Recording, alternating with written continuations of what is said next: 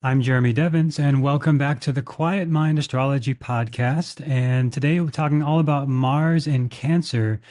This is a long transit that's going to have a long impact on us, and I'm going to talk about how it affects each sign individually. So you'll want to know your own Vedic birth chart, your rising and your moon sign. You can get your free chart at quietmindastrology.com. And we'll talk about Mars in Cancer. This is happening from October 20th all the way to June 6th. So this is a very long extended stay because of a retrograde happening in December.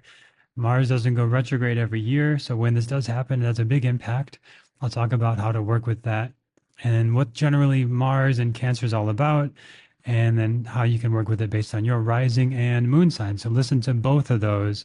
Like if you have Aries rising and Taurus moon, listen to both of those sections to better understand how to work with this energy. So, what is Mars? The planet of war, action, ambition, drive. And what is Cancer?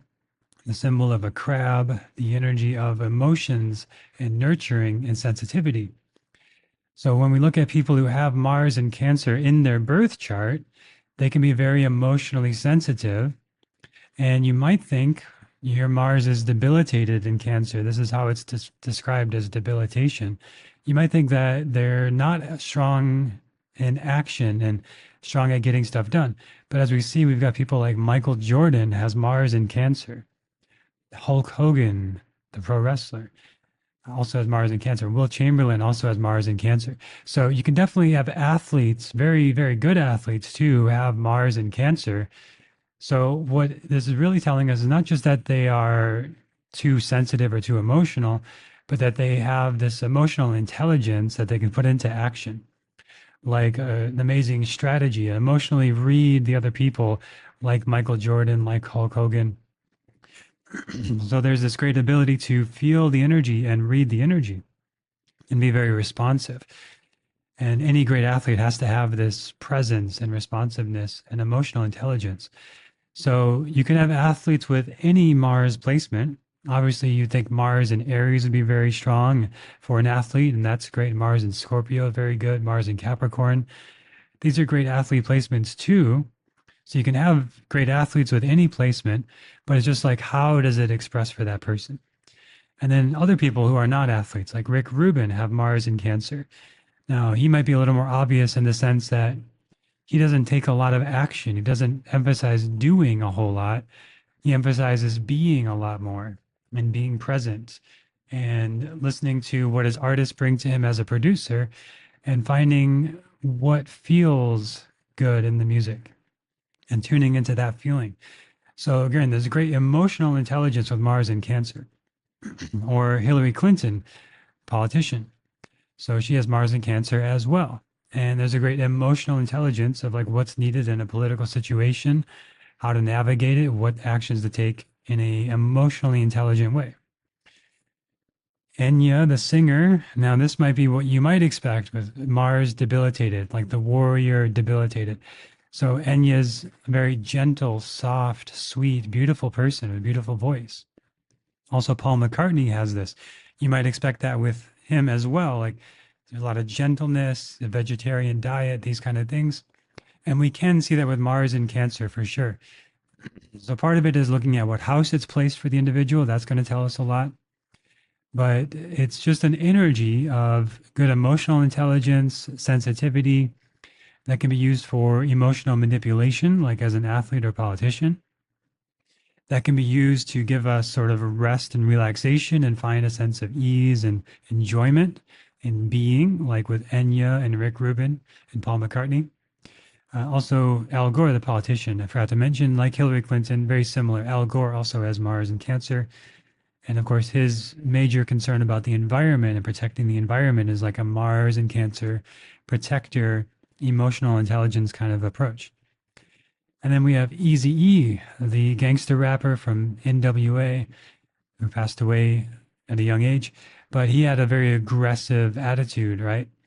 But it's not this sort of violence necessary. It's more like he's playing this character of a gangster, and who knows how much he actually was or whatnot or wasn't. But there's this sort of emotional intelligence around his music and his artistry as a rapper to portray this character of a lot of violence, but also with a lot of emotional intelligence of how he portrays that character. So again, there can be rappers, gangster rappers with Mars in any placement, but when it's in Cancer, now it's like this emotional intelligence about it. So as we see this with the individuals who have Mars in Cancer, now we can apply this to us as individuals and us collectively. Like, what is the Mars in Cancer transit going to represent for us? Well, first of all, we have to look to when this whole period of Mars's transit is going to begin and end. So I've got the important dates listed here. And if you subscribe to my emails, if you get your free birth chart, you'll be getting the email as well that has these dates listed out for you that you can save to your calendar. But the first notable date is September 30th, 2024. That's when Mars is in Gemini and it enters Punarvasu. And when it goes retrograde through December, it's going to end up all the way back to Punarvasu in February. So there's this story essentially from September 30th to February 24th, 2025, that Mars is going to go forward, take us forward into action and growth and exploring new parts of ourselves. And then it's going to go all the way back to February 24th to where we started, but we're a new person in a new place. And then we'll start to move forward from there into the next chapter of life. And of course, when Mars does this retrograde pattern, roughly every 2 years, it makes this beautiful geometric pattern in space. And it makes this beautiful mandala through space, which I, again, will show in the email. If you're subscribed to the emails, I'll send that out as well. And it's just this sort of sequence and pattern through time and space that Mars must go through this sort of loop. And then it will go through this loop in Leo later, next time it goes retrograde. And it's this time where it's going from Gemini to Cancer, back to Gemini, back to Cancer. What is Gemini? Gemini is our communication, our intelligence, our learning. Mars entering Gemini gives us this opportunity to learn and grow a lot about ourselves, explore different sides of ourselves. Punarvasu is this very optimistic, hopeful energy on September 30th that we move forward into Mars and Cancer all the way until October 28th. So it's this journey for about a month, September 30th to October 28th, of Mars being in Punarvasu. Return of the light, optimism, hopefulness, opportunities to learn and grow and expand in ourselves. And then so Mars is staying there in Pushya, then from October 28th to December 7th. Mars in Pushya, October 28th, is this time for nurturing, taking care of ourselves. This deeper emotional intelligence part comes out more. And it's an opportunity to do things that nourish and heal us and self-care practices from October 28th to December 7th. Then, that's not December 7th, Mars is going retrograde. And at this point, now we start to go back over lessons that we've learned, repeating lessons, repeating patterns until we get the lesson. And lessons are repeated until the patterns are learned. So we may need to go over things more than we'd like. And it may be challenging as Mars is considered debilitated here in the sense that we might feel loss of some of our power and a loss of some of our action and ambition and drive with this Mars in Cancer time from October 20th. That's happening basically all the way until June 6th. So it's this time, Mars being in Cancer, going through this whole journey from October 20th to June 6th, 2025. It's a challenging time for our confidence, our self-esteem, our self-worth. So it's very important to do things for self-care and to boost the self-esteem and self-worth, things that nurture us and nourish us. So again, these big dates, September 30th, Mars enters Gemini, Punarvasu, optimism, hopefulness. Then it hits Cancer, October 20th, now a little more sensitive, a little more vulnerable. And then it hits Pushya, October 28th, where we're getting more into taking nurturing, nourishing care of ourselves. And there's more of a vulnerable kind of energy here. And it stays there all the way to December 7th, then it goes retrograde, where we need to, from December 7th now, go back over lessons we've learned and repeat lessons until they're learned around nourishing and nurturing ourselves. And then on January 13th, 2025, Mars will get back to Punarvasu, return of the light again, but now we're reviewing things that helped us find hopefulness, optimism, recharge, and reset. And then January 21st, Mars gets all the way back to Gemini, out of Cancer on January 21st. So now this is the time to go back to things we've learned, lessons we've learned, and teachers we've learned from, and improve our communication. And maybe we need to resolve some unresolved communication in January. Then finally, Mars is direct on February 24th, 2025. So we're ending the retrograde period, and now we move forward with Mars all the way till fall 2026. And this is the time from February 24th, 2025 to now. We really find this new sense of hopefulness, optimism, growth, new teachers, wisdom paths, things to learn in our lives about ourselves and each other that can bring great personal growth at the time. And then April 3rd, Mars makes it all the way back to Cancer. And now we're back to that debilitation, back to those lessons around emotional intelligence and taking care of ourselves, nurturing ourselves from April 3rd. And then to April 12th, we get to Pushya, moving a little faster now. And we're back to that nurturing, nourishing, self-care kind of stuff in April 2025. And then we make it all the way to Aslesha in May 2025, where we're uncovering secrets and mysteries and deeper parts of our psyche and each other in May to June 2025. So a lot of beats here into the story, but essentially it's about emotional intelligence, learning about ourselves, improving our communication, and doing things that nurture us and nourish us, and going back to the things that nourish us in the past. Throughout this whole time, from September 30th all the way till June 6, 2025, with this whole cycle. So now let's look at how this affects individuals. And in knowing your rising and moon sign, so we'll look at Aries ascendants first. And we have this Mars in Cancer for the Aries ascendants is happening in your fourth house of the home.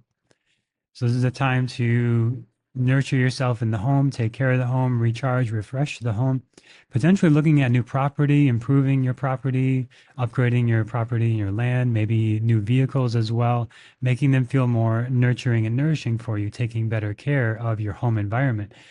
Great time to be at home more and doing things that nourish you and help you recharge. For Taurus, rising and moon, Mars is in Cancer and the third house for you.